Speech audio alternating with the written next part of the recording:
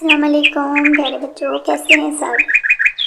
آج ہم آپ کے لیے ایک اور بہت اچھی کہانی لے کر آئے ہیں۔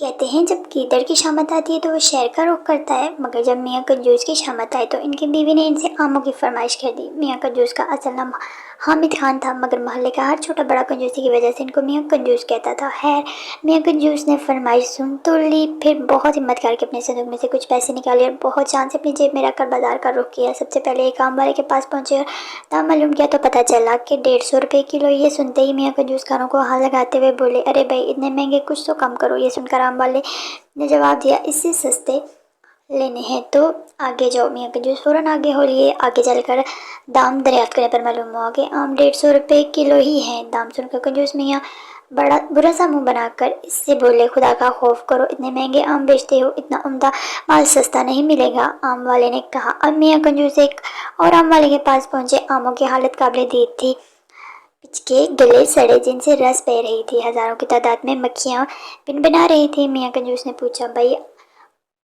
آم کیا کلو دیتے ہو؟ آم والے نے جواب دیا، سب سے سستا لگایا ہے، صرف 80 روپے کلو۔ میاں کنجوس غصے سے نچنائے اور بولے، اتنے خراب آم 80 روپے کلو؟ آم والے نے کہا، باپو جی اس سے سستا آم کہیں نہیں ملے گا۔ ہاں آپ کو مفت چاہیے تو بس سامنے کنویں پر آم کا درخت لگا ہے، وہاں سے توڑ لو۔ یہ سن کر میاں کنجوس بہت خوش ہوئے اور بھاگے بھاگے جا کر کنویں پر چڑھ گئے اور اچھل اچھل کر آم توڑنے لگے۔ اچانک ان کا پیر پھسل گیا اور میاں کنجوس کنویں میں جا گرے۔ وہ تو خیر ہونے کے کنواں خشک تھا، مگر میاں کنجوس گرتے ہی اٹھ کھڑے ہوئے اور کپڑے جھاڑ کر کنویں میں پڑے ہوئے آم اٹھا کر جھولے میں بھرنے لگے۔ مگر جب وہ اوپر نظر اٹھائی تو بہت پریشان ہوئے کہ اب کنویں سے کس طرح نکلا جائے۔ یہ خیال آتے ہی میاں کنجوس لگے چیخنے چلانے۔ اسی وقت ادھر سے ایک گھوڑا گاڑی والا گزرا۔ اس نے جب یہ آوازیں سنی اور میاں کنجوس کو کنویں میں دیکھا تو اسے رحم آ گیا اور اس نے اپنی گھوڑا گاڑی کا رسا نکالا اور کنویں کے اندر لٹکا کر اوپر سے رسا مضبوطی سے پکڑ لیا اور کہا کہ رسا پکڑ کر آ جائیں۔ میاں کنجوس نے ایسا ہی کیا، مگر ابھی ذرا سا ہی چڑھے تھے کہ گھوڑا گاڑی والا کا وزن نہ سہ سکا اور دڑہم سے کنویں میں آن گرا اور میاں کنجوس دوبارہ کنویں میں پریشان ہو کر چلانے لگے۔ ان کے ساتھ گھوڑا گاڑی والے نے بھی چلانا شروع کر دیا۔ اچانک اس آم کے درخت کا مالک وہاں پہنچ گیا۔ اس نے دیکھا اور حیران ہو کر پوچھا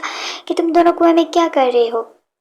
تب میاں کنجوس نے تمام بات اس آموں کے مالک کو بتائی۔ مالک نے کہا، اگر آپ مجھے 200 روپے دیں تو میں آپ کو نکال دوں گا۔ یہ سن کر میاں کنجوس نے چاروں نہ چار وعدہ کر لیا اور جب دونوں کو مالک نے باہر نکال دیا تو میاں کنجوس نے مجبوراً 200 کے نوٹ مالک کو دیے اور خالی ہاتھ گھر آ گئے۔